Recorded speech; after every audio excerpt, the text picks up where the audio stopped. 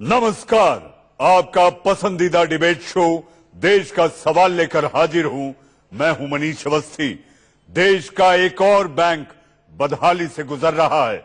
जी हां, हम बात कर रहे हैं यस बैंक की, जिसको लेकर आरबीआई ने बड़ा फैसला लिया है, जिसके बाद यस बैंक के ग्राहक परेशान हैं। वो रो रहे हैं, बिलख रहे हैं। किसी इलाज के लिए पैसा नहीं मिल पा रहा तो कोई पढ़ाई के लिए पैसे निकाल नहीं पा रहा। वहीं लोग होली कैसे मनाएं, यह भी बड़ा सवाल और संकट है। सबसे बड़ी बात, तेज दौड़ने वाली सरकार के शासन में बैंक में सुस्त क्यों पड़ रही है। आइए देखिए हमारी रिपोर्ट और फिर आगे हम बढ़ाएंगे देश का सवाल। देश का एक और बैंक डूब रहा है। लोग होली कैसे मनाएं, यह भी बड़ा सवाल और संकट है। सबसे बड़ी बात, तेज दौड़ने वाली सरकार के शासन में बैंक में सुस्त क्यों पड़ रही है। आइए देखिए हमारी रिपोर्ट और फिर आगे हम बढ़ाएंगे देश का सवाल। देश का एक और बैंक डूब रहा है। पीएमसी के बाद यस बैंक का बुरा हाल। लोग बेहाल, बाजार परेशान, हर तरफ हाहाकार। जब कोई बैंक डूबता है तो अफरा तफरी मच जाती है। बैंक छोटा हो या बड़ा, इससे फर्क नहीं पड़ता। अब यस बैंक डूबने के कगार पर है। फिलहाल आरबीआई ने बैंक से कैश विड्रॉल पर 50,000 रुपए की कैपिंग लगाई है, लेकिन इसका क्या असर हुआ, उसे बयां करने के लिए हर शहर से सामने आई ये तस्वीरें काफी हैं। यस बैंक के हजारों एटीएम और तकरीबन हर बैंक शाखा का यही हाल है। कई जगह एटीएम से पैसे नहीं निकल रहे तो कई ब्रांचों में लंबी कतारें हैं। यही नहीं, इंटरनेट बैंकिंग भी ठप है। एटीएम से विड्रॉ नहीं हो पा रहा है, ऑनलाइन ट्रांसफर नहीं हो पा रहा है। अब एक सैलरीड आदमी के लिए क्या ये प्रैक्टिकली पॉसिबल है कि वो अपना ऑफिस छोड़ करके और बैंक में आकर के लाइन में लगे और तब पैसा ले। और ये कोई प्लानिंग के साथ तो हुआ नहीं है, ये तो ऑल ऑफ सडन हो गया। एवरी टाइम आदमी अपने पॉकेट में चेकबुक ले करके तो घूमता नहीं है। देखिए, दिक्कत तो बहुत ज्यादा है।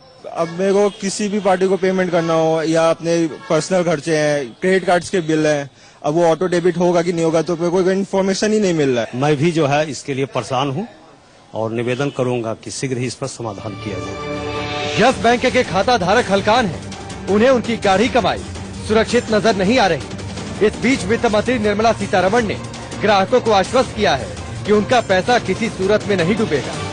इसका सोल्यूशन निकालने के लिए रिजर्व बैंक पूरे उनके ताकत लगाए। मैम 50,000 रुपए बाईपास कर चुके हैं उनके बोर्ड को। एक CFO, farmer CFO of SBI को अपॉइंट कर चुके हैं। वो रेजोल्यूशन निकालने के लिए पूरे उनके टीम के साथ बैठे हैं। और रिजर्व बैंक से ये भी मुझे आश्वासन मिला कि जल्द से जल्द इसका रेजोल्यूशन कर ही ले। और कोई डिपॉजिटर का कुछ रिस्क नहीं है, घबराने के लिए कोई कारण नहीं है। यस बैंक मामले पर असदुद्दीन ओवैसी ने सरकार को घेरा।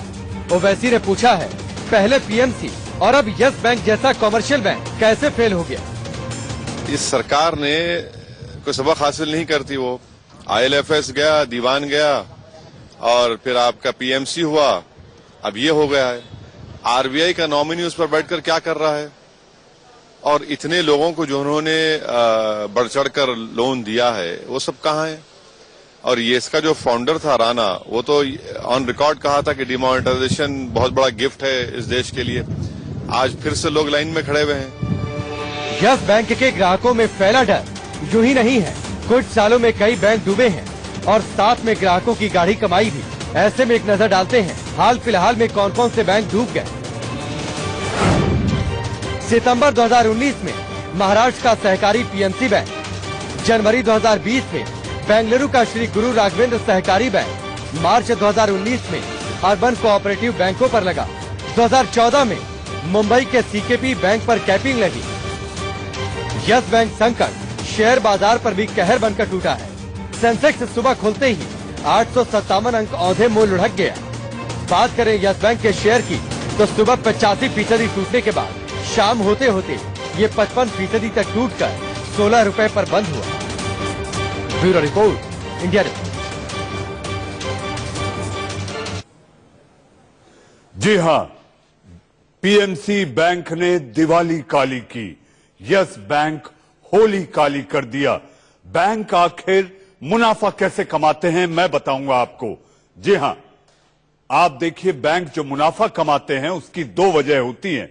एक तो बड़ी बड़ी कॉरपोरेट को बड़ा बड़ा लोन दिया जाता है और उसके बाद अगर खुदरा ग्राहक की जो जमा पूंजी होती है उससे दूसरे ग्राहकों को लोन देकर बैंकें खाता धारक को कम प्रतिशत का ब्याज देती हैं, यानी कि जैसे जमा पूंजी पर 4% ब्याज देकर बाहर 8% पर लोन देती हैं। इसी से बैंक अपना प्रॉफिट कमाती हैं। आप देख सकते हैं कि देश में यस बैंक के 1122 ब्रांच हैं और 2220 एटीएम हैं।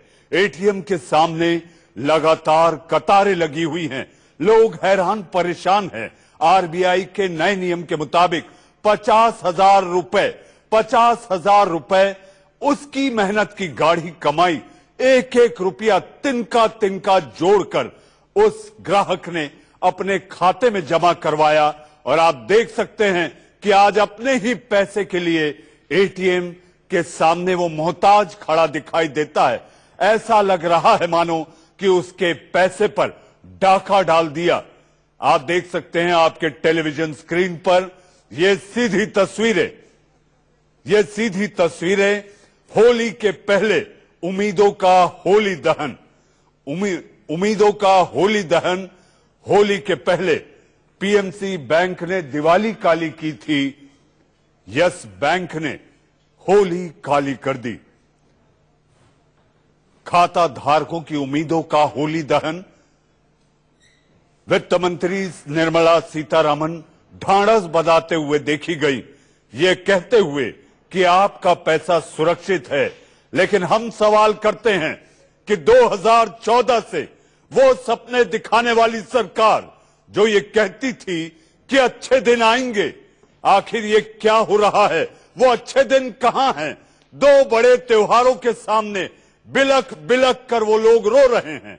आखिर जाएं तो जाए कहां? सरकार सुनने को तैयार नहीं। कैप लगा दिया गया है, आप इससे ज्यादा निकाल नहीं सकते। आने वाला समय त्योहार के साथ साथ घर में बीमारी अजारी होती है, घर में एडमिशन का वक्त है। ऐसे समय अगर जो खाता धारक जिसकी जमा पूंजी ना निकाल पाए तो आप सोचिए उसकी छाती पर इससे बड़ा वज्रपात नहीं हो सकता। आपके टीवी स्क्रीन पर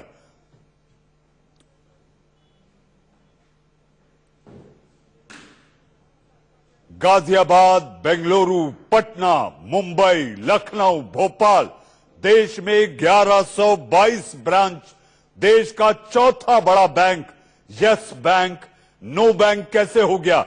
इस पर हम चर्चा करेंगे, इस पर हम सवाल करेंगे। हमारे साथ बड़े बड़े अर्थशास्त्री होंगे, हमारे साथ पूर्व आर्थिक सलाहकार होंगे, हमारे साथ पूर्व वाणिज्य सचिव होंगे, राजनीतिक विश्लेषक होंगे। लेकिन उसके पहले मुंबई में यस बैंक के ग्राहक कैसे परेशान नजर आए, आइए हम आपको दिखाते हैं। हमारे संवाददाता अभिषेक शर्मा की यह रिपोर्ट।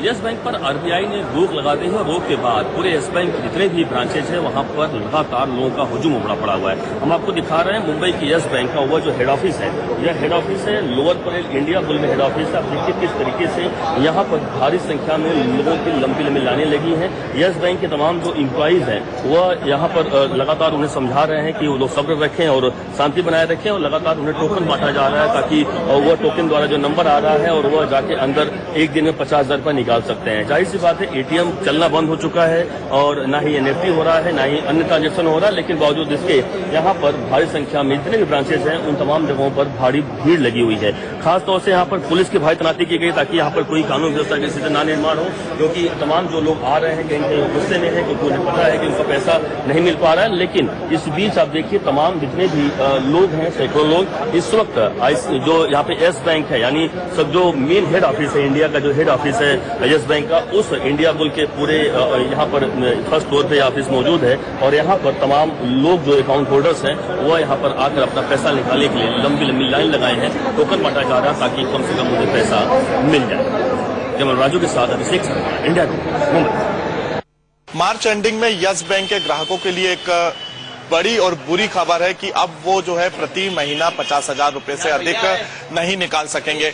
इस समय हमारे साथ यहाँ पे यस बैंक के ग्राहक मौजूद है। आज सुबह जब आपने ये खबर देखी कि आप प्रति महीना जो है 50,000 से ज्यादा का ट्रांजैक्शन नहीं कर सकते, आप भी, आपकी एक फर्म है, बड़ी संस्था है, कितने का ट्रांजैक्शन आप जो है प्रति महीना करते हैं?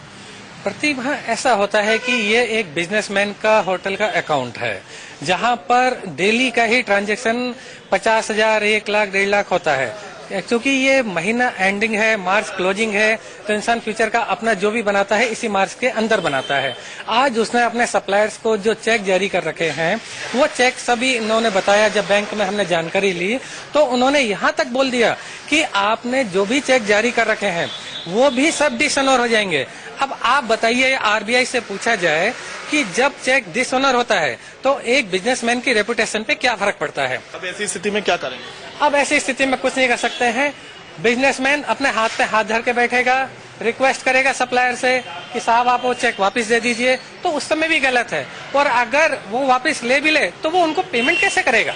बिल्कुल, तो स्वाभाविक सी बात है, यहाँ पे जो यस बैंक के ग्राहक है वो काफी डरे हुए हैं, सहमे हुए हैं। लेकिन जिस प्रकार से यस बैंक नकदी के संकट से जूझ रहा है और यहाँ पे जो यस बैंक की कमेटी है उसको रिजर्व बैंक ने भंग कर दिया है। कैमरामैन अरविंद साहू के साथ कुलभूषण सक्सेना, इंडिया न्यूज भोपाल।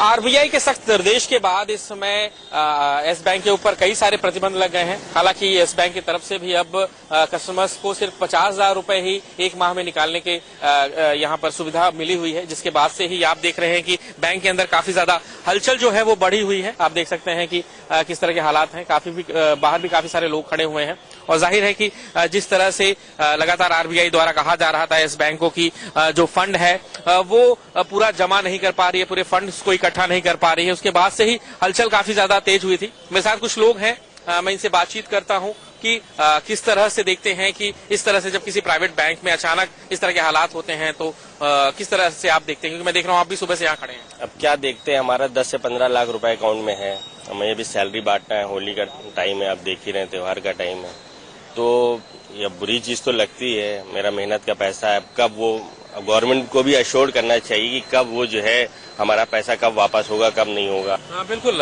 अचानक ही पूरा पैसा आपका भी ब्लॉक हो गया, अब कैसे घर का खर्च चलेगा? क्योंकि जाहिर है कि ज्यादातर बड़े अकाउंट्स वाले भी तो हैं, लेकिन जो नॉर्मल अकाउंट्स हैं उनके भी अकाउंट्स यहाँ पर है।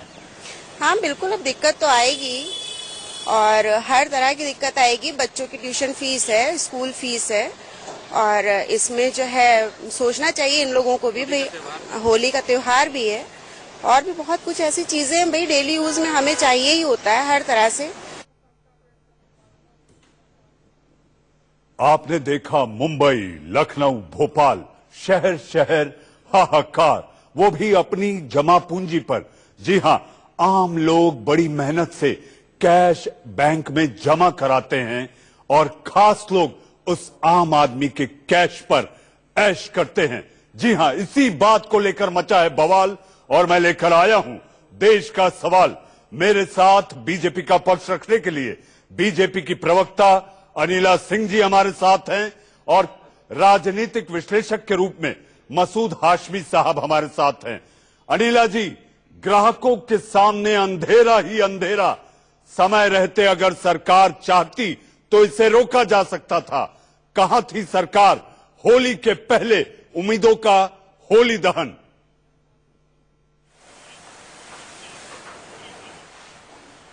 मनीष जी, सबसे पहली बात तो ये है कि अंधेरा ही अंधेरा कहकर कोई भी पैनिक मोड में बिल्कुल भी ना आ जाए। ये 1 महीने का मोरेटोरियम लगाया है आरबीआई ने, जिससे कि एक रीस्ट्रक्चरिंग हो सके यस बैंक की, और 10 पॉइंट का जो स्कीम है यस बैंक के लिए आरबीआई के द्वारा, वो आ भी चुकी है, उस पे काम भी स्टार्ट हो चुका है। और दूसरी बात ये है कि सरकार जो है डेफिनेटली यस बैंक पे नजर रखे हुए थी, इसीलिए इंटरवीन किया है आरबीआई ने और ये कदम उठाया है जिससे कि डिपॉजिटर्स के जो पैसे हैं उस पर कोई खतरा ना मंडराए। तो मैं केवल और केवल आपके चैनल के माध्यम से ये कहना चाहती हूँ कि यस बैंक में जिसने भी पैसा डिपॉजिट किया है, आपका पैसा कहीं पर भी डूबने वाला नहीं है। 50,000 आप निकाल सकते हो। जो चेक्स आपने डाले हैं वो ऑनर होंगे। अगर उसमें कुछ नहीं तो एक महीने का टाइम है। आगे चल के मेरी आवाज इको कर रही है, तो मैं केवल इतना कहना चाहती हूँ कि ये कहकर बार बार कि सरकार जो है वो अपना काम चुस्त दुरुस्त नहीं करती है, ये एक फॉल्स एक्यूजेशन होगा। क्योंकि जैसे ये सरकार 2014 में आई थी, एनडीए की सरकार बनी थी, तो हमारी तो आते ही जैसे कहते हैं ना रेड फ्लैग्स, जहां different institutes of our country, तो एनडीए जो था वो बिल्कुल it was flooded by red flags and banking was also one of the sector. Anila ji मेरा आपसे एक छोटा सा सवाल है, आज के समय में 50,000 रुपए क्या मायने रखते हैं? आपको नहीं लगता ये ऊंट के मुंह में जीरा है? और अच्छे दिन के सपने दिखाने वाली सरकार, ये कैसे अच्छे दिन? पीएमसी बैंक दिवाली आई दिवाली काली, यस बैंक होली आई होली काली, तो आखिर अच्छे दिन कब आएंगे अनिला जी?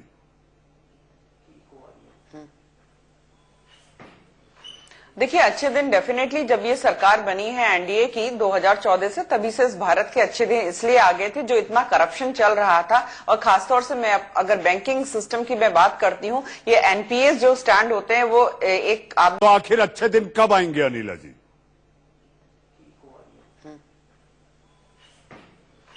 देखिए, अच्छे दिन डेफिनेटली जब ये सरकार बनी है एनडीए की 2014 से, तभी से इस भारत के अच्छे दिन इसलिए आ गए थे जो इतना करप्शन चल रहा था। और खासतौर से मैं अगर बैंकिंग सिस्टम की मैं बात करती हूँ, ये एनपीएस जो स्टैंड होते हैं वो एक आप भी जानते हैं मनीष जी अच्छी तरीके से 1, 2, 3, 4 साल के नहीं होते हैं, ईयर्स टुगेदर। हम जानते हैं हमारे देश में जो 2000s थे तब से ये एनपीए बनने शुरू हुए थे, क्योंकि एक इकोनॉमिक बूम आया था शुरुआत में, तो लोगों ने, कॉर्पोरेट्स ने खूब लोन उठाना शुरू किया था। और ये लोन्स भी जो बड़े बड़े कॉर्पोरेट्स थे, बड़े बड़े लोन उनको मिलते थे, तो कहीं ना कहीं जो कांग्रेस की सरकार के जो मंत्री लोग थे, आला लोग थे, उनके डायरेक्शंस पे मिलते थे और एनपीएस खड़ा होने शुरू हो गए थे। अनिला जी, मैं आपके पास दोबारा आता हूं। मेरे संवाददाता अभिषेक शर्मा, मुंबई वो जगह जहां यस बैंक के चेयरमैन राणा कपूर रहते हैं। जी हाँ, जो चेयरमैन अक्टूबर तक थे, जिन्हें हटा दिया गया, उनके साथ कुछ ग्राहक है अभिषेक शर्मा के साथ। अभिषेक, हम चाहेंगे कि सुबह से आप लगातार इस मामले पर कवरेज कर रहे हैं, ताजा अपडेट बता रहे हैं, एटीएम का हाल बताएं, ब्रांच का हाल बताएं। आपने पीएनसी बैंक के बाद भी दिवाली के दौरान हाहाकार देखा था, अब होली है।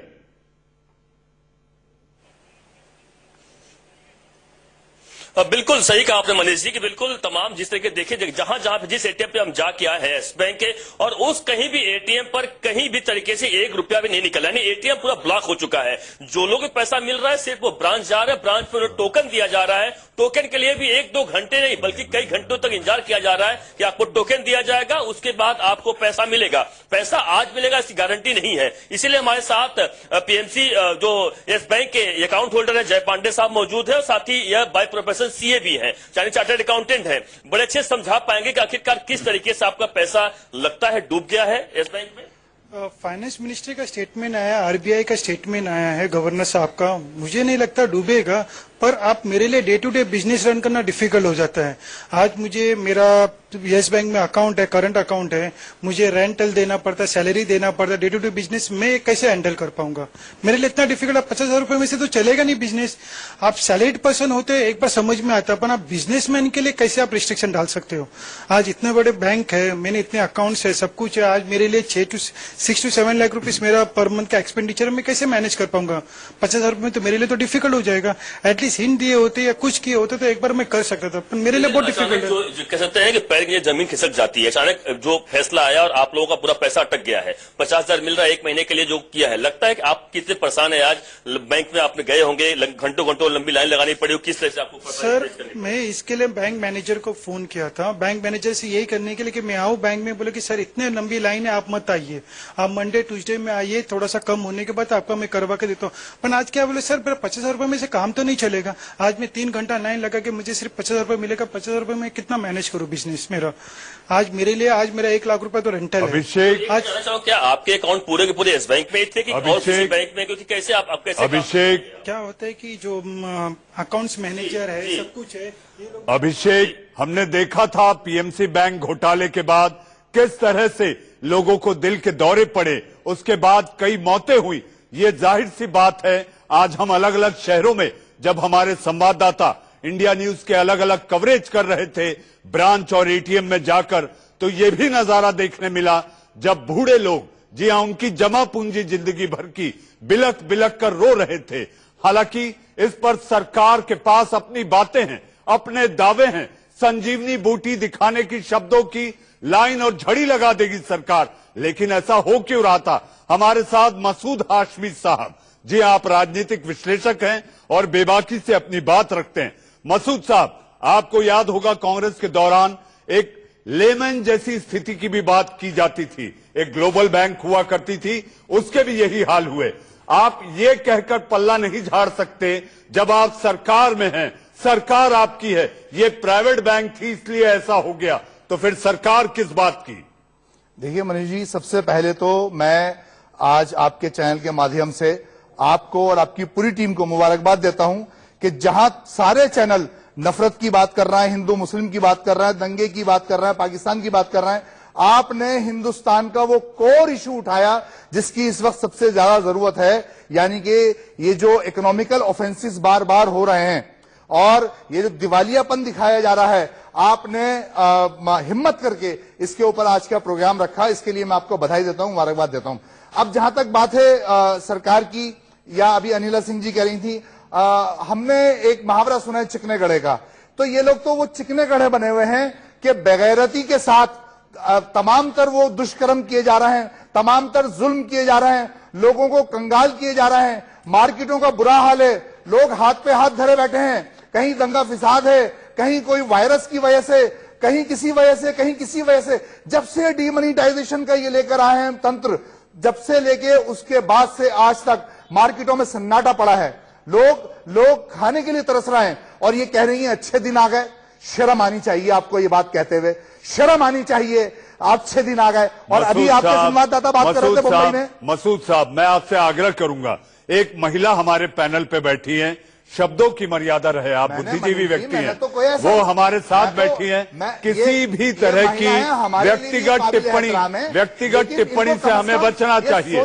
यहाँ आपको बोलने के लिए बुलाया गया है मसूद साहब, व्यक्तिगत टिप्पणी ना करें। एक महिला हमारे पैनल में है, महिला के सम्मान के तहत ऐसे किसी भी शब्द का इस्तेमाल ना करें। चीज है, महिला का सम्मान अलग चीज है, हम कहाँ सम्मान नहीं कर रहे हैं, लेकिन ये बात बतानी जो सरकार के बिहाफ पे वो बात बोल रही हैं, हम तो सरकार की बात कर रहे हैं, हम तो उनको भारतीय जनता पार्टी के प्रवक्ता के तौर पे उनसे बात कर रहे हैं कि उनको थोड़ी तो शर्म करनी चाहिए कि लोगों के जख्मों पर उनके घाव पर मरहम लगाने के बजाय वो नमक छिड़क रही हैं, कह रही हैं अच्छे दिन है। यही अच्छे दिन है कि त्योहारों के दिन है, लोग अपना प्रोग्राम बनाते हैं, तैयारी करते हैं कि आज ये खरीदेंगे, कल वो खरीदेंगे, इस तरह होली मनाएंगे, इस तरह दिवाली मनाएंगे, और आप लोगों को दिखाते हो कि तुम अपने पैसे से, किसी और का पैसा नहीं, आपके अपने पैसे से आप सिर्फ इतने पैसे निकाल सकते हैं। मसूद साहब, इस बीच यस बैंक संकट पर AIMIM अध्यक्ष असदुद्दीन ओवैसी ने भी अपना बयान दिया है।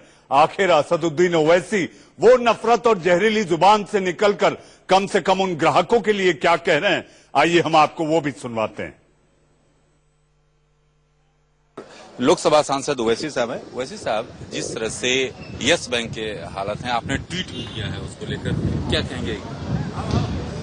यस बैंक तो खत्म ही हो गया ना, अभी कहाँ यस बैंक है, तो नो बैंक हो गया। अभी इस सरकार ने कोई सबक हासिल नहीं करती, वो ILFS गया, दीवान गया, और फिर आपका PMC हुआ, अब ये हो गया है।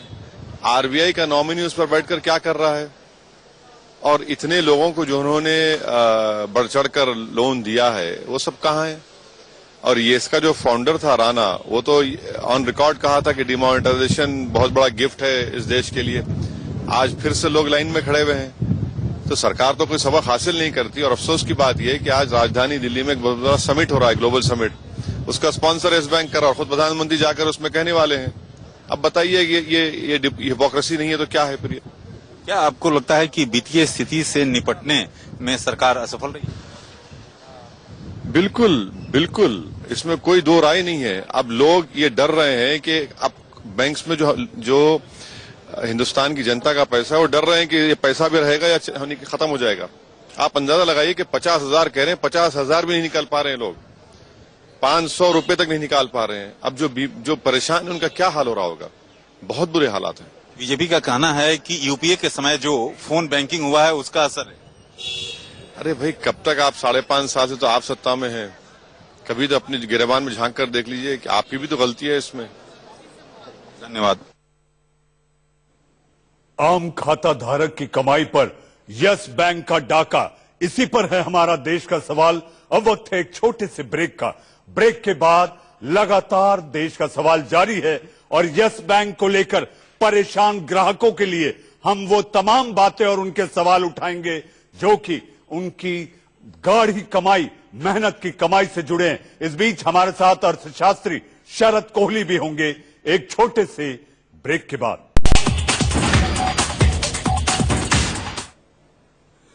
गाढ़ी कमाई, पसीने की कमाई पर आखिर यस बैंक के वो कौन अपराधी हैं जिन्होंने डाका डाल दिया और शहर शहर हाहाकार मचा हुआ है। इस बीच पटना में भी लोग अपने पैसों को निकालने के लिए परेशान दिखाई दिए। हमारे संवाददाता शिवपूजन झा ने लोगों से बात की, आइए आपको सुनवाते हैं। ऑनलाइन ट्रांसफर नहीं हो पा रहा है। अब एक सैलरीड आदमी के लिए क्या ये प्रैक्टिकली पॉसिबल है कि वो अपना ऑफिस छोड़ करके और बैंक में आकर के लाइन में लगे? मान लीजिए कि अगर जैसा ये कह रहे हैं कि 50,000 की लिमिट है, अगर मान लीजिए कि ठीक है 50, किसी के घर में अगर शादी है 2 दिन के बाद 4 दिन के बाद, वो कहाँ से पैसे अरेंज करेगा? अभी महीना स्टार्ट ही हुआ है, पैसा निकालना चालू होना ही था अभी, और तब से ये आ गया है कि पूरा महीना ही मेरा ये चला जाएगा, तो फिर दिक्कत तो है। घर का खर्चा है, रेंट देना है, दुकान का रेंट देना है, सब कुछ का रेंट देना है, सारे एफडी सभी ब्लॉक है। दुखी हैं यहाँ तक कि बैंक के लोग और जो लोग आ रहे हैं, क्योंकि यहाँ मतलब क्राउड बेस काफी कम है, तो देख रहे हैं कि पब्लिक काफी कम जमी हुई है, पर फिर भी जो लोग हैं उनका सर्विस अभी तरह से प्रॉपर्ली नहीं दिया गया है। काफी गंभीर मामला है और पर्व का त्योहार है, इसमें सब लोग को खर्च का समस्या आती है। मैं भी जो है इसके लिए परेशान हूँ और निवेदन करूंगा कि शीघ्र ही इस पर समाधान किया जाए। वहीं आरबीआई के गवर्नर शक्तिकांत दास का क्या कहना है, आइए आपको वो भी सुनवाते हैं। Swiftly, it will be done very fast. 30 days which we have given is the outer limit, and you will see, you will see very swift action from the Reserve Bank of India to put in place, a scheme to revive the Yes Bank. काश की समय रहते अगर RBI काम कर रही होती तो शायद आज का ये दिन, वो भी ऐन त्योहार के मौके पर, होली जैसे त्योहार के मौके पर, उन मासूम ग्राहकों को नहीं झेलना पड़ता जिसकी उनको आहट तक नहीं हुई कि वो यस बैंक जिसमें वो अपनी उम्मीदें, अपने सपने, अपने भरोसे और अपने विश्वास को उनको सौंप दिया था, आखिर वो विश्वास इस तरह से विश्वासघात होगा। हमारे साथ शरद कोहली साहब जुड़ चुके हैं। आप अर्थशास्त्री हैं, अर्थशास्त्र पर आपकी काफी खासी पकड़ है। शरद साहब, मेरा आपसे 2 सवाल हैं। 2 सवाल ये कि आरबीआई नॉमिनी क्या कर रहे थे, और दूसरा ये पीएमसी, आईएलएफएस, आपका पीएनबी, डीएचएफएल और अब यस बैंक। देखिए मनीष, क्योंकि देश का सवाल बहुत लोग देखते हैं, आपका बड़ा ही मशहूर शो है, तो इसलिए ये दर्शकों को जानना जरूरी है कि परिस्थिति क्या है और ये कहां से उपजी। राणा कपूर इस बैंक के फाउंडर थे। 2003 में अपने भाई के साथ उन्होंने ये बैंक बनाया था। अब उनको जून 2018 में रिजर्व बैंक ने निकाला सीईओ पद से, मैनेजिंग पद से। क्यों निकाला? 3 कारणों से निकाला। पहला, मिस गवर्नेंस हो रही थी। दूसरा, आरबीआई की कंप्लायंस करनी होती है किसी भी निजी बैंक को जो कि लाइसेंस में होता है, वो कंप्लायंस ठीक से नहीं हो रही थी। और तीसरा, एसेट क्वालिफिकेशन होती है, मतलब जो लोन दिए होते हैं उसमें डाउटफुल, बैड, गुड लोन्स की क्लासिफिकेशन करी जाती है, वो क्लासिफिकेशन ठीक से नहीं हो पा रही थी। इन 3 कारणों से निकाला। उसके बाद रवनीत गिल आए। बैंक के हालात करीब 30,000 से 50,000 करोड़ के इसके एनपीए आज की डेट में बन चुके हैं।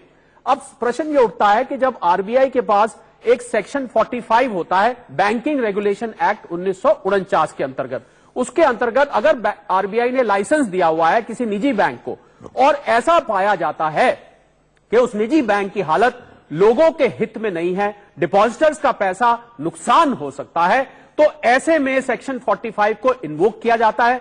आपने मेरे से पूछा कि आरबीआई के नॉमिनी क्या कर रहे थे। आरबीआई के नॉमिनी के ही कारण शायद आज ये बैंक बच पाया। मैं बल्कि देखिए, मैं लोगों को जो परेशानी हो रही है, असुविधा हो रही है, वो बिल्कुल समझ में आ रही है, वो नहीं होनी चाहिए थी। परंतु मैं समझता हूं ये जो आज एक्शन हुआ है, इससे लोगों का भविष्य में पैसा जो बचा हुआ है, जो बैंक में है, वो पूरी तरह से सुरक्षित है। जैसे ही सेक्शन 45 लगता है, यस बैंक का जो बोर्ड है वो निरस्त कर दिया जाता है। एक एडमिनिस्ट्रेटर जो कि प्रशांत कुमार जी, स्टेट बैंक के पुराने सीएफओ, उनको अपॉइंट कर दिया गया है। रीस्ट्रक्चरिंग प्लान, रीस्ट्रक्चरिंग का अर्थ यह है कि इस बैंक के अब 49% शेयर स्टेट बैंक या एलआईसी अपने कब्जे में ले लेगा। शरद जी, हाँ जी, उसका क्या होगा जिन्होंने एनपीए घोषित कर दिया है? Essel group, ADAG, DHFL, Indiabulls. देखिए 18 लाख करोड़ का मनीष इस देश में इस समय एनपीए है, जिसमें से मैं आपको बड़ा ऐसा आंकड़ा दे रहा हूं जो आपको आसानी से नहीं मिलेगा, जिसमें से 10% एनपीए निजी बैंकों का है, बाकी का 90% जो है सरकारी बैंकों का है। तो अगर हम एनपीए पे डिबेट करें तो वो तो बड़ा लंबा हो जाएगा। मैं समझता हूं नहीं तो एनपीए कंट्रोल कैसे होगा शरद जी? हमारे कंट्रोल करने ग्राहकों को, हमारा जो दर्शक है शरद जी, बिल्कुल वो ये जानना चाहता है कि आखिर सरकार और इस तरह की बैंक कैसे पैसा लुटाती हैं। एनपीए कंट्रोल करने का तरीका मनीष बड़ा सीधा है कि आप बैंक का जो संचालन है, बैंक को जो मैनेज किया जाता है, जिस तरीके से लोन दिए जाते हैं, उसका पूरा ड्यू डिलिजेंस, एक अंग्रेजी में शब्द होता है कि जो जो कागजात लोन देने के लिए चाहिए, जो जो जरूरत होते हैं लोन देने के लिए, वो पूरी करी जानी चाहिए। अगर उसके बिना आप करते हैं, जो मैंने, आप अर्थशास्त्री हैं, आप एक चीज बताइए जो मैं खुद जानना चाहता हूं। जी हाँ, ये कंपनियां 6-6 हजार करोड़, 5,000 करोड़, इस तरह से लोन बांट दिया जाता है। लोन बांटने के दो तरीके हैं। बड़े कॉर्पोरेट्स को आप बड़ा बड़ा लोन दे दें और दूसरा खाता धारक की जमा पूंजी को आप लोन एडवांस करें, उस पर बैंकें पैसा कमाती हैं। एक आम आदमी अगर अपने मकान के लिए जाता है तो उससे जो कागजात मांगे जाते हैं, वो अगर पर्सनल लोन की मांग करता है तो जो उससे मांगा जाता है वो हैरान, परेशान, हताश होकर बैंक से वापस लौटता है। मैं आपकी बात से पूरी तरह सहमत हूं कि फोन बैंकिंग जिसका प्रयोग बार बार किया जाता है, कि जिन लोगों का रसूख होता है, जिन लोगों की पहुंच होती है, उन लोगों को लोन बिना कागजात के, बिना पूरे कागजात के दे दिया जाता है। यही फोन बैंकिंग का बार बार जिक्र होता रहा है कि आप अगर किसी जान पहचान से पॉलिटिकल इन्फ्लुएंस लगा के लोन, और ये ऐसी दीमक है मनीष जो हमारी अर्थव्यवस्था में सालों से लगी हुई है। इसके लिए मैं किसी राजनीतिक पार्टी का नाम नहीं लूंगा, क्योंकि ये दीमक शुरू से लगी हुई है और ये निरंतर इसी वजह से आज 18 लाख करोड़ के एनपीएस यहां पर हो चुके हैं। मनीष, एक बात मैं और करना चाहूंगा क्योंकि दर्शकों के काम की है। मेरे से बहुत सारे लोगों ने आज दिन में पूछा कि साहब ये 50,000 रुपए की जो लिमिट लगाई गई, ये 50,000 क्यों लगाई गई? अगर ये 50,000 नहीं लगाई जाती तो क्या होता कि इस खबर के आते ही बैंक से पैसा निकलना शुरू हो जाता। 2,09,000 करोड़ के डिपॉजिट्स उस बैंक में हैं इस समय, वो सारे के सारे अगर निकल जाते तो सरकार के लिए रीस्ट्रक्चरिंग भी मुश्किल खत्म हो जाता। मैं चाहूंगा कि लाखों करोड़ों दर्शक इस वक्त इंडिया न्यूज और देश का सवाल देख रहे हैं। एक अर्थशास्त्री होने के नाते क्या आप ये विश्वास जता सकते हैं, उन्हें बहला सकते हैं, बता सकते हैं कि आपका पाई जो बैंक में जमा है वो सुरक्षित है? हालांकि सरकार ने कह दिया, वित्त मंत्री ने कह दिया, आपका अनुभव क्या कहता है? क्योंकि पिछला अनुभव पीएमसी हो, आईएलएफएस हो, डीएचएफएल हो, खराब रहा। बहुत अच्छा आपने सवाल पूछा है। पीएमसी की अगर मैं बात करूं तो पीएमसी कोऑपरेटिव बैंक था, कोऑपरेटिव सोसाइटीज एक्ट के अंतर्गत आता है, परंतु yes bank banking regulation act के अंतर्गत आता है, जिसको लाइसेंस आरबीआई देता है। पीछे 2004 और 2006 में दो बैंकों के और मामले प्राइवेट आए थे। जी आ रहा हूं आपके पास। ग्लोबल ट्रस्ट बैंक जी आ रहा हूं। एक ग्लोबल ट्रस्ट बैंक था।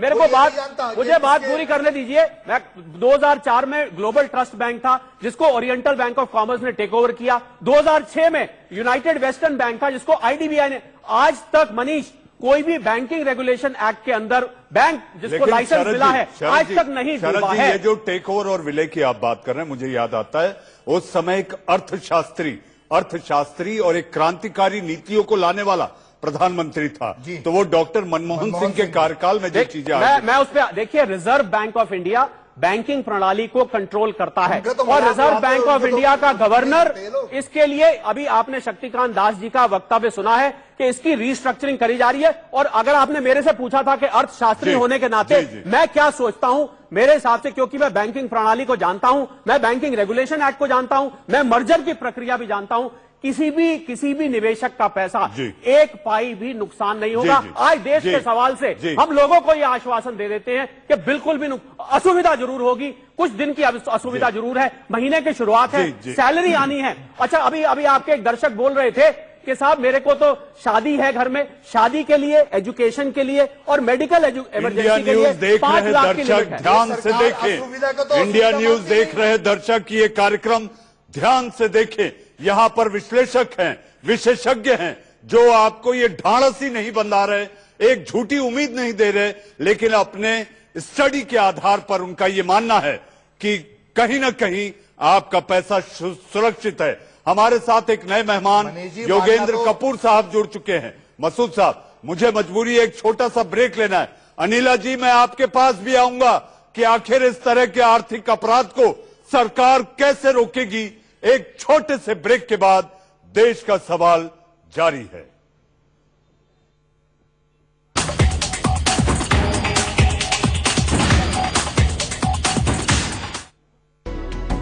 Associate sponsor Asian paints, lamination वाला एक्सटीरियर पेंट, नया हेयर एंड केयर, अब खुले बाल बेफिक्र, और OLX, तेरी भी हैप्पी मेरी भी happy.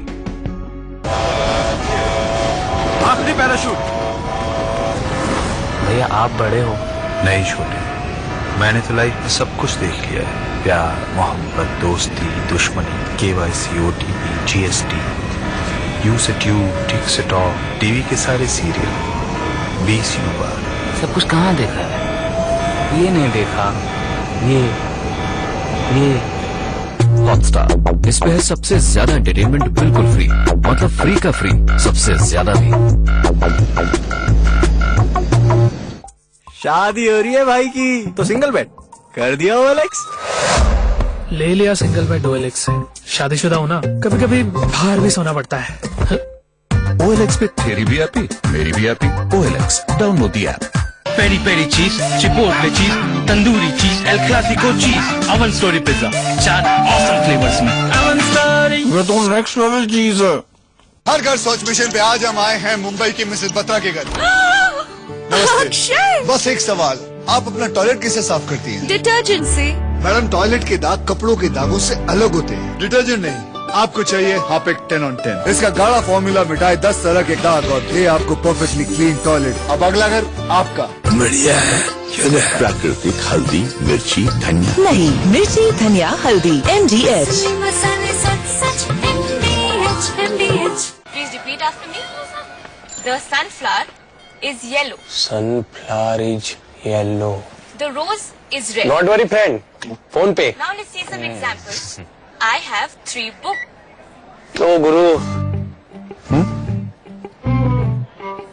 Not very friend. Phone pay. Please repeat after me. I have.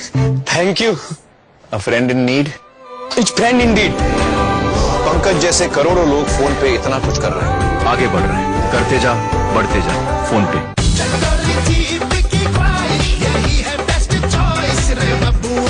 Best choice soybean तेल, स्वाद में हिट, बजट में फिट। बात जब छत की हो तो कोई हमसे भी पूछ लो हमारी ख्वाहिश। रूफॉन सीमेंट, हर छत की ख्वाहिश। Meet Harry from a family of hairies. His friends don't like body hair, and she doesn't either. Body hair a problem? Introducing Wheat Men Hair Removal Cream.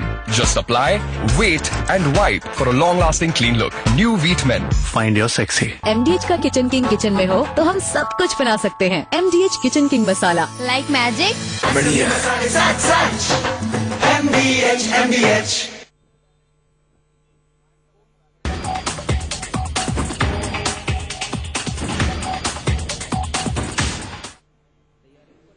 जी, आपकी जेब से जुड़ा और आपकी जेब पर जिसने डाका डाला है, आपकी मेहनत की कमाई पर जिस बैंक ने आपको धोखा दिया है, उसको लेकर देश का सवाल जारी है। और मेरे साथ कुछ खास मेहमान।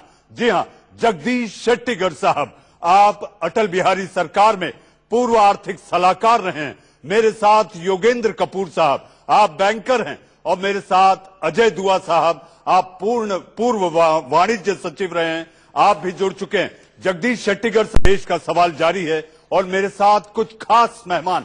जी हां, जगदीश शेट्टीगर साहब, आप अटल बिहारी सरकार में पूर्व आर्थिक सलाहकार रहे हैं। मेरे साथ योगेंद्र कपूर साहब, आप बैंकर हैं। और मेरे साथ अजय दुआ साहब, आप पूर्व वाणिज्य सचिव रहे हैं, आप भी जुड़ चुके हैं। जगदीश शेट्टीगर साहब, लगातार एक के बाद एक बैंकों का दिवालिया होना, ये क्या संकेत देता है? अर्थव्यवस्था की कमर टूटी है, मंदी की मार है, कोरोना ने अलग अटैक किया है, आखिर सरकार अच्छे दिन कैसे लाएगी? देखिए, जरूर एक सिस्टम के लिए चैलेंज है। सामान्यतः हम सोचते हैं सरकारी जो क्षेत्र है वहाँ काम करने में दखलंदाजी होता है पॉलिटिकल इंटरफेरेंस की वजह से, तो इसलिए सामान्यतः लोग सोच ये है निजी क्षेत्र में अच्छे प्रोफेशनल मुताबिक काम करते हैं, मगर इस तरह का जो घटना होती है ये एक आर्थिक सुधार के लिए भी एक बड़ा चैलेंज है। और इसके लिए हमारा जो रेगुलेटरी सिस्टम है, चाहे आरबीआई है, बाकी जो रेगुलेटरी, उनको एक बड़ा चैलेंज तो है। आप ये कहेंगे ये रेगुलेटरी फेलियर है शेट्टीगर साहब? मैंने ये नहीं कहा था रेगुलेटरी फेलियर, कहीं ना कहीं ये तो सिस्टम, ये जो उनका मैनेजमेंट का फेलियर है। एक ट्रस्ट डेफिसिट कहते हैं, क्योंकि जब वो कोई कंपनी काम नहीं करते सही तरह से, वहां विश्वास टूटता है। जब विश्वास टूटता है लोग भी पैनिक रिएक्ट करते हैं। नहीं तो देखिए, लगभग 22.5% तक जो पैसा है वो तो सुरक्षित है, क्योंकि 4% जो कैश रिजर्व रेशियो है, 18.5% जो सरकारी जो बॉन्ड्स है उसमें इन्वेस्ट करना पड़ता है, तो इसीलिए इतना पैसा सुरक्षित है। और बाकी पैसे उन्होंने लोन दिया होगा। सवाल ये पैदा था लोन किस आधार पर दिया, क्योंकि लोन देते वक्त तो उसका जो लोन लेने वाला का क्रेडिबिलिटी का भी देना लगता है। कहीं ना कहीं ये लोग मैनेजमेंट की तरह से गलती हुआ और इसका वजह से। जगदीश साहब, आप तो अटल जी की सरकार में आप आर्थिक सलाहकार थे। शेट्टीगर साहब, जब ऊपर से फोन जाता है जिसे फोन बैंकिंग कहते हैं, तो बैंक का संचालक कहें या अध्यक्ष कहें, वो आखिर करे तो क्या करे? मेरे साथ अजय दुआ साहब हैं, पूर्व वाणिज्य सचिव। अजय साहब, धड़ल्ले से लोन बांट दिया जाना, इस तरह के बैंक के बर्बाद होने की सबसे बड़ी वजह, बैंकें जो गर्त में जा रही हैं, वो ये बड़ी वजह लगती है आपको?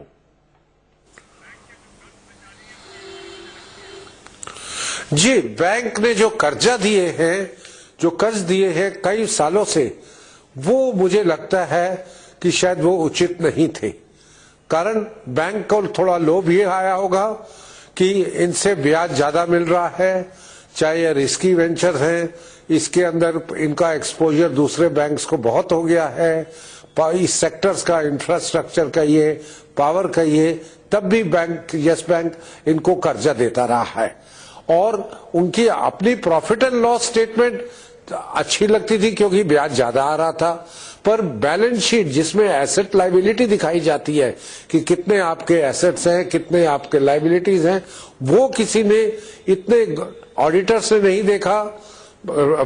जो बैंक का आरबीआई के रेगुलेटरी इंस्पेक्शन होता है उसमें नहीं देखा गया, और ना ही जो बैंक के मैनेजमेंट थी उन्होंने रिपोर्ट किया। तो बरसों से बरसों जी अजय साहब, एनपीएस के करते रहे। आंखें खुली होती तो शायद आंखों में ये धूल नहीं झोंकी जाती। मेरे साथ योगेंद्र कपूर साहब हैं। सरकार ने एक फैसला किया है योगेंद्र जी कि बैंकों का विलय कर दिया जाए, 27 से 10 और 10 से 4 बैंकों का विलय। क्या आपको लगता है कि ये इस तरह के घपले घोटालों पर ये रोक लगा पाएंगे? डेफिनेटली। देखिए, मैं ये कहूंगा कि ये एक अपने आप में प्रोएक्टिव स्टेप्स हैं जो गवर्नमेंट को टाइमली लेने भी हैं, और रिजर्व बैंक ऑफ इंडिया के साथ कंसल्टेशन में ये चीजें, एक्शंस अपने जरूरी भी हैं। अब अगर हम इस बैंक की भी बात करें तो आप ये देखिए कि ये रिजर्व बैंक ऑफ इंडिया के स्कैनर में आज नहीं 2016-17 से था, और इनके ऊपर मेन एलिगेशन क्या है कि divergence of bad loans. Bad loans क्या हैं कि जो आपने बेसिकली ड्यू डिलीजेंस प्रोसेसेस जो यानी आपके आप होते ये मानते हैं कपूर साहब कि अगर ये बैंकों का विलय हो जाता है, जिसे मर्जर कहते हैं, तो इस तरह के घपले घोटालों पर कहीं ना कहीं रोक और कमी आएगी, ऐसा लगता है आपको? नहीं, देखिए सिर्फ मैं कहता हूं कि मर्जर होने से आप कहें कि अगर अनलेस एंड अनटिल हमारे मैकेनिज्म्स, चाहे वो ड्यू डिलीजेंस प्रोसेसेस को देखने के हिसाब से हो, चाहे फॉरेंसिक मेथड्स एडॉप्ट करने के हिसाब से, मुझे तो ये लगता है कि इन सारे मामलों पर अगर रोक लगेगी तो एक कड़े आर्थिक अपराध के तहत कानून ऐसा हो कि अगर आप इस तरह का अपराध करते हैं, लोगों की उम्मीदों को आप डाका डाल देते हैं, लोगों के पैसों पर आप डाका डाल देते हैं, तो आखिर मुझे ऐसा लगता है कि शायद इस पर कहीं रोक आ पाए। अनिला जी, आपसे मैंने ये सवाल पहले भी पूछा था कि क्या आर्थिक अपराध को लेकर सरकार और ज्यादा कड़े कानून को लेकर सोच रही है?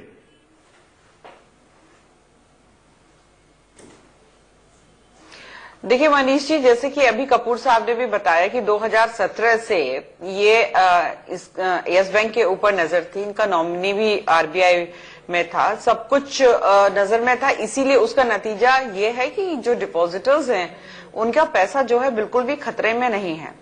और अभी शरद कोहली जी ने भी बहुत अच्छी तरीके से पूरा एक्सप्लेन कर दिया, जो कुछ मैं भी कहना चाह रही थी वो कोहली साहब ने बहुत अच्छे से बता दिया यहाँ पर कि ये जो 50,000 का भी जो कैप लगाया वो इसलिए लगाया, नहीं तो एक पैनिक क्रिएट हो जाता है और उसमें हमारे और जो राजनीतिक दल हैं अपोजिशन में बैठने वाले वो बहुत ज्यादा आग में घी का काम करते हैं और उस पैनिक में क्या होगा कि जो भी पैसा है वो कहीं ना कहीं लोग निकालना शुरू कर देते हैं, जिसकी मैं कहूंगी कि कोई भी पैनिक की आवश्यकता नहीं है। 50,000 का कैप भी जो है मोरेटोरियम 1 महीने का लगाया हुआ है, उसके तहत है, आगे चीजें जो है स्मूथली जैसे थी वैसी हो जाएंगी।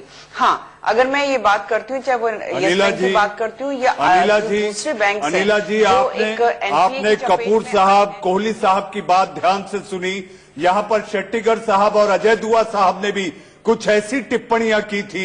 मुझे ऐसा लगता है कि आरबीआई और सरकार को आंखें खोलकर काम करना चाहिए। और इतना ही नहीं, सरकार संजीवनी देने की बात तो कर रही है, लेकिन ग्राहक चाहता है, जी हां, मैं फिर एक बार कहूंगा, ग्राहक चाहता है तसल्ली, और उम्मीदों के शब्दों से काम नहीं चलेगा।